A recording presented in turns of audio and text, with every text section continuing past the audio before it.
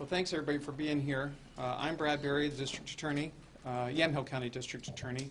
I want to introduce a few folks that are here, and actually I'm going to let George introduce the Salem staff who are here. Okay.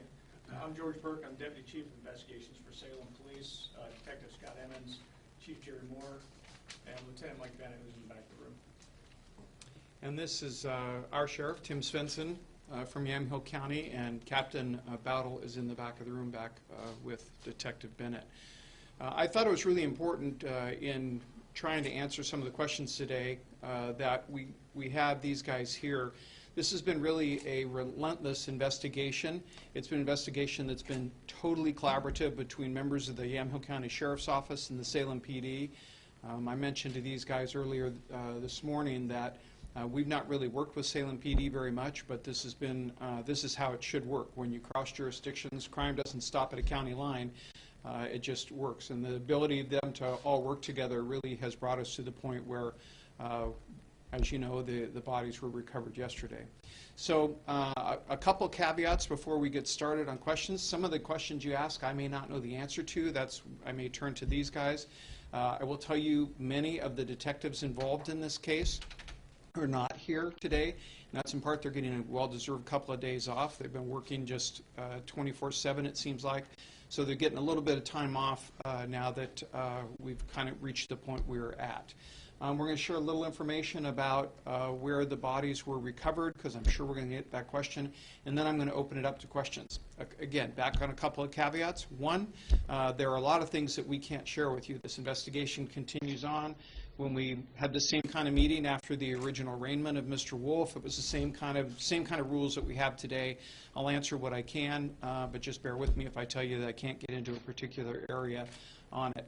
There are two things we have to protect. One, the ongoing investigation. The other thing is I have an obligation ethically as a prosecutor to see that we don't do anything to impair the defendant's ability to get a fair trial. So our keeping information rather than trying it in the press, as the saying goes, is important to see that he has an opportunity to defend himself completely. So with that, I'm going to, these guys know a little better than I. Can you kill that light a little? I'm going to show you just a couple of things here so that you can, I'm going to have to move, there it is. So as you're looking at this area, this is the city of Yamhill, and I'm going to show it here on the other map. City of Yamhill, and if you coming out of Yamhill is Pike Road, which turns into Turner Creek Road, and then comes up into this area, this very heavily wooded area, about 10 miles west of the city of Yamhill. This is kind of hard to see the roadways from a typical satellite view, but that's why we asked, through the courtesy of the Yamhill County Assessor's Office, we asked that this be put up for us. So this is the city of Yamhill here, down in the corner. And then this is the area where the bodies were recovered, up in this area. And this is the blow-up of this area. So this is Turner Creek Road. It's about here that it goes from paved to gravel. It was about another 1.5 miles up from when it turned to gravel. And then there are a couple of spur roads that come off of it that ultimately the search began to concentrate on. There have been other searches up in this area prior to this that were fruitless, that did not develop anything for us. But this is the area where we were, where the investigators were, and ultimately the two bodies were found. So with that then, I'm going to open it to questions. Let's try to be organized. Paul? Cause and manner of death? We don't have that yet. They are doing other testing on that. I expect that we'll get it. I'm pretty confident that it will be a homicide. I don't have much question about that. As you can tell, that's why we've filed charges even before we had the two bodies. But the medical examiner could not say yesterday what the exact cause of manner was yet without the further tests. Is it accurate that it was about a 2-hour search before the bodies were located? This particular search in this limited area was about 2 hours, correct? And can you describe how you were able to be so efficient in that? Who gave you the information that they were in that area? I can't tell you how the information came about. We were aware that Mr. Wolf is familiar with this area up here. We think I was actually advised of this morning, recreation's up there, like fishing, things like that.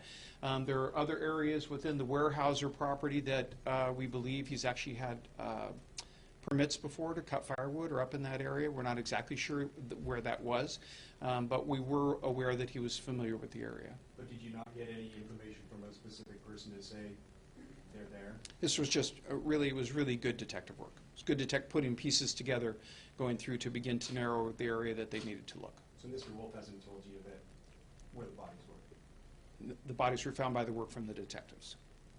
Could you tell us a little bit more about some of the evidence that you initially collected that made you believe that Mr. Wolf was connected to their missing? I'm trying to think. Obviously, that conclusion came up relatively early on in the investigation. I think he's been charged now, if it's 2 weeks ago, plus 2 weeks plus ago, he was arrested and was charged. As the investigation went on, and this has been in the press already, so I'm not saying anything that hasn't been said, there really was no other person who had, as we could tell, anything to gain from her death. So whether or not we can say exactly what the motive is, we certainly have working theories on that. But that's how the investigators began to hone in on Mr. Wolf as a suspect, and then ultimately hone in on the investigation into many things, his comings and goings and things like that. I guess maybe I'm not asking this right. Well, you probably are, but I'm probably avoiding giving you details. Is there physical evidence that you can tell us about that was found? There is physical evidence that has been found. I will tell you there have been, I'm not quite sure, I'm going to turn to these guys. We had 20 search warrants so far? Probably close to 20 search warrants have been obtained and executed in this investigation. That's not an exact number, but there have been a lot of them. And through that, piece after piece was gathered and put this together along with other information that the officers developed. You found a firearm used in the shooting of Karissa? I can tell you we have found a firearm. I can't tell you if it's the firearm. Can you say if Mr. Wolf's wife is a cooperating witness, or what her involvement, if any, would be in this? No, I can't say one way or the other. Is she a person of interest? I would say that we continue to look to see was there anybody else involved in this, and she certainly would have as much access to Mr. Wolf as anybody. But I'm not going to say that she's a person of interest or a suspect. There were reports in the media that she was involved in some type of harassment, or however you would say it, of Karissa prior to Karissa's death. And I'm unfamiliar with that. It may well be accurate, but I'm unfamiliar with it. Can you talk about the condition of the remains when they were found? You know, was it apparent and obvious that it was a mom and child? No, not initially. It wasn't, and I got to be really careful. I can't get into the details. Obviously, it would be releasing a lot of evidentiary information that we have. The bodies were partially hidden, maybe more than partially, but they were hidden. So it took some time for the investigators. They believed what they had, but it actually took, with the assistance of the crime lab, bringing them to an area where they could be looked at and determine that, in fact, we believed at the time. I got the call. I was in Eugene when I got the call, actually, from the sheriff that they had been found, and they believed that it was all consistent with the size and two bodies. But it wasn't until the lab, several hours later, actually was on scene that we verified that, in fact, that's what we have. And then it wasn't until yesterday at the autopsy that we got a final confirmation from the medical examiner. Partially hidden. In the field? Or In a very heavily wooded area. And what does that mean, partially hidden? Well, they obviously found him. So there were parts of again, I can't get into too much detail, but ultimately they were identified. There was debris and other things that were covering them, but not completely to the point where it couldn't discover them. Just natural debris like undergrowth or something? I would not term it that it was natural, that the debris covering it was naturally occurred there. You mentioned that you had searched this area before, Mm-hmm. and nothing came out of those initial searches. The sheriff can probably point out better where the other searches were. Yeah, so based on some of the initial areas, we had several different locations we wanted to look at. And so about 1.5 miles up was one particular area where we set up a command post and searched that area a couple weeks ago. And then we regrouped, brought in another group of of searchers, and approximately 40 to 50 individuals, and identified another area, and we set up command posts in a similar spot, and then divvied all the resources out into that area. And that's one of the reasons why we were able to, within short order, come across it, because of the amount of people we had out there searching. Is this private property? It is, belongs to Weyerhaeuser. Warehousing? Mhm. And how long did you guys decide, at what point did you decide to research this area before you actually found the bodies? You guys know? We've been looking. Yeah, I mean, there have been multiple searches in various areas, as you know, when the case first broke. I think your question is how long before they went up there to do this search had they decided to go back and do the search? Exactly. And I do know that detectives from the Yamhill County Sheriff's Office, and I don't know whether Salem also, went up there to kind of, it's probably not fair to say to dry run, to kind of get the lay of the land, to see if there are areas up there that were of interest. They did not locate anything at the time, but that was not a major search effort like the one from Saturday that went into this particular area and honed in on that area. And forgive me, I guess my question is, did you guys get a tip on Saturday to then relaunch the search in this area? Or No, did that- the information leading them to that spot has been gathered over time.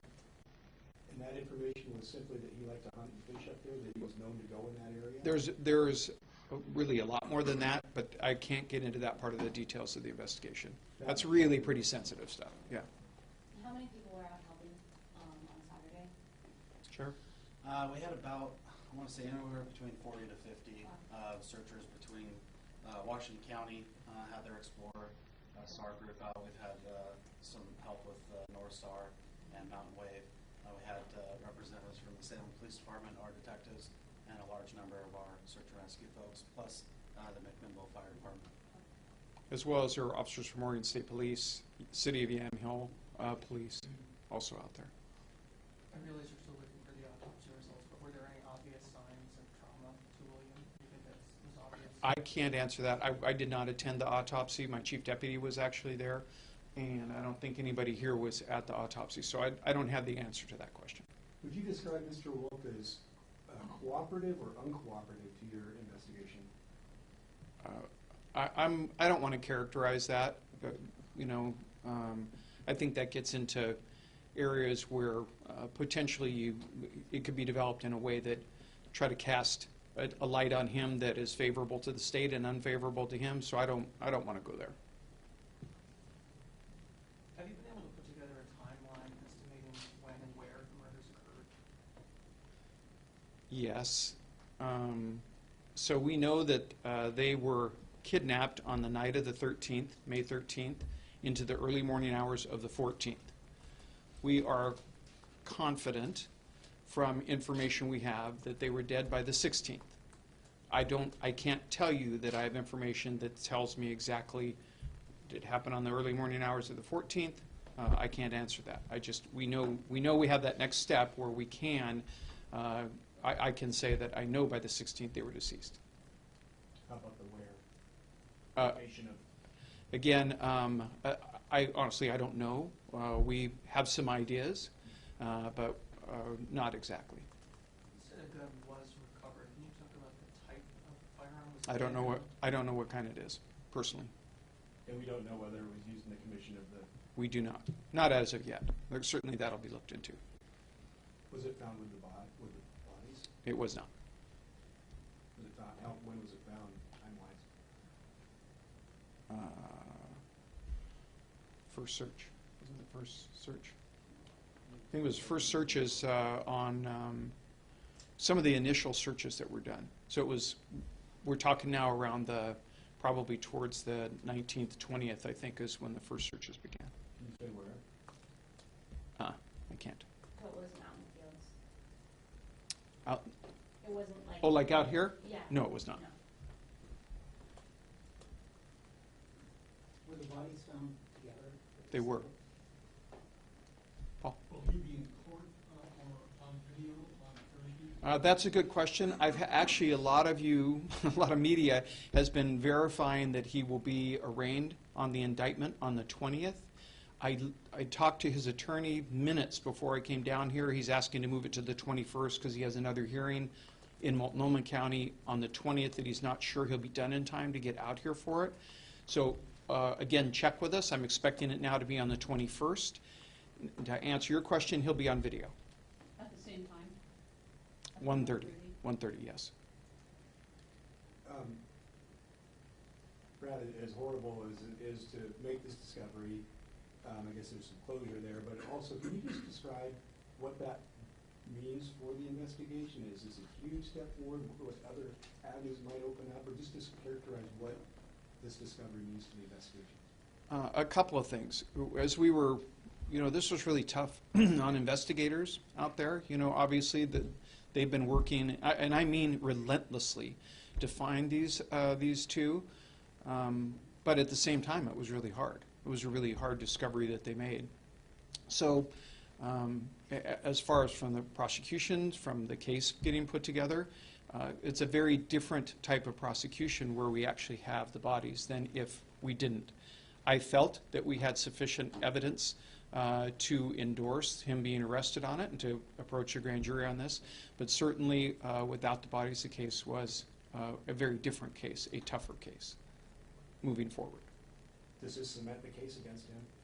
I'm not going to say it cements the case. Obviously, he's got the right to put forth a defense. I don't know what that defense will be yet. I don't know if it's didn't do it or something else. So I'm not going to speculate on that. The probable cause affidavit mentions some type of a white trash bag. Has Mhm. that bag been recovered? And Not to my knowledge. Did you, is there anything relevant about that trash bag? Well, it's relevant in the sense that it wasn't there when he left, and it was there when he came back. But beyond that, because we haven't recovered it, I don't know how important it is. Can you just one more time, to be clear, there wasn't one individual tip that came in this weekend or on Friday or Thursday, any time that led you guys back up to that area? It was a continuation based on things that you learned along the way? I will tell you pieces of things that were narrowing the area, the scope. And now remember, they were, as the sheriff said, they were in another area that kind of up there, but I don't know, a mile or two away the first time? Well, from the entrance into the next road, about a half mile away, but from as a crow flies, we were probably within 800 yards. So, and that was a good week plus before, I think, when they were out there the first time. So as the information came, and really as the detectives on this case began to get information and narrow it down, it began to focus on this area. And it was they just didn't find him the first time out. As close as, and I appreciate the sheriff saying that, as close as they were, they just didn't find him. This wasn't one person that told you they're going to be there in this. It's a lot of work putting information together that kept saying this is where we need to go look again. Who made the discovery? Was it a volunteer searcher? Was it a K-9 that was helping the search? I think technically it was the McMinnville Fire Department folks who made the actual discovery, who were involved in the search.